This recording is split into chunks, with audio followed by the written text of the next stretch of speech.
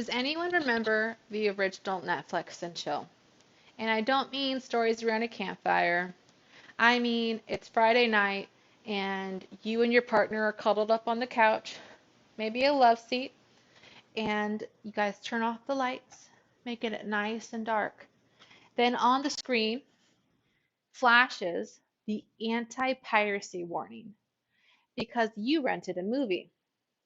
You rented a movie from Blockbuster. But whatever happened to them?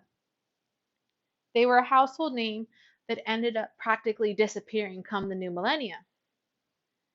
After doing some extensive research, obtaining some memorabilia, and visiting one of their locations, I was able to compile a vast amount of information with which we're going to learn how they started, how they expanded, their competition, and where they are today.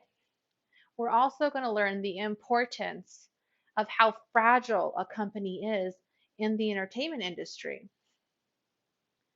And doing so, we start from the beginning in 1985 with a man named David Cook. And according to History.com, David Cook opened the first Blockbuster. But he wasn't the only video store to open on the scene.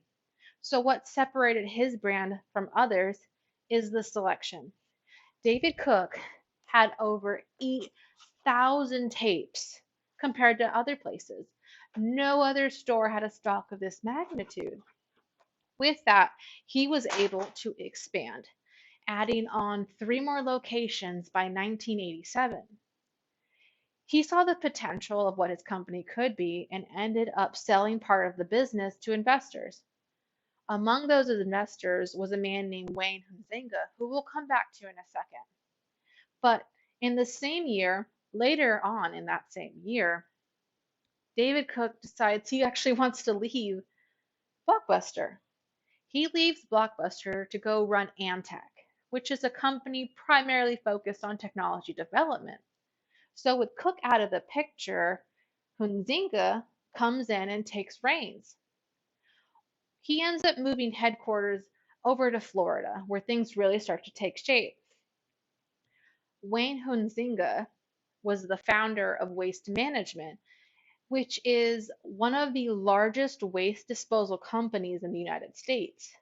So he's got some experience under his belt. And with that, the company ends up buying pre-existing video stores and converting them into blockbusters. So by 1988, 3 years after the first store opened, they managed to expand to 400 stores nationwide. Impressive, right? But it doesn't stop there. In the early 1990s, they end up opening their 1,000th store and also expanding the market overseas. In 1994, they end up getting bought by Viacom, who actually also owns some big names like MTV and Nickelodeon. But remember, we're in the 90s now, and we've actually got some new players entering the game. In walks in Reed Hastings and Mark Randolph with Netflix. But Blockbuster's not going to give up without a fight.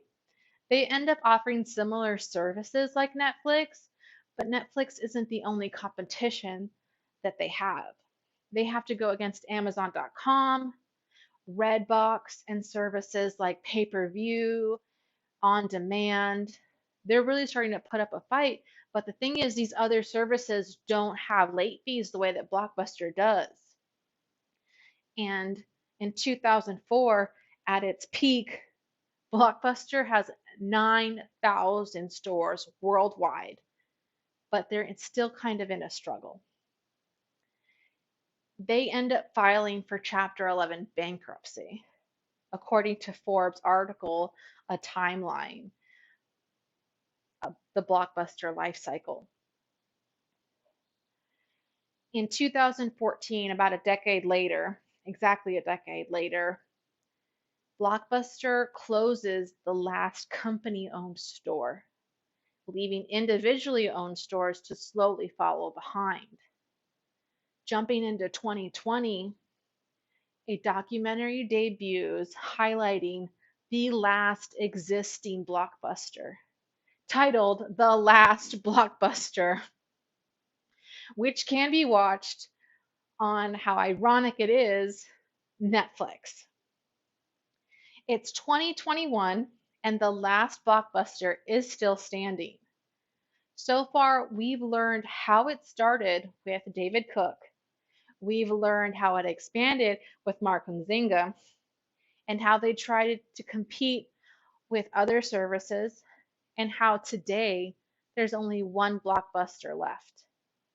We've learned the importance of how a household name could be left behind in such a fast lane that is the entertainment industry.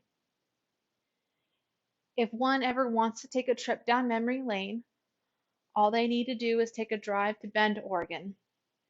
And if you do, be sure to support what is now a small business and buy some swag. Thank you.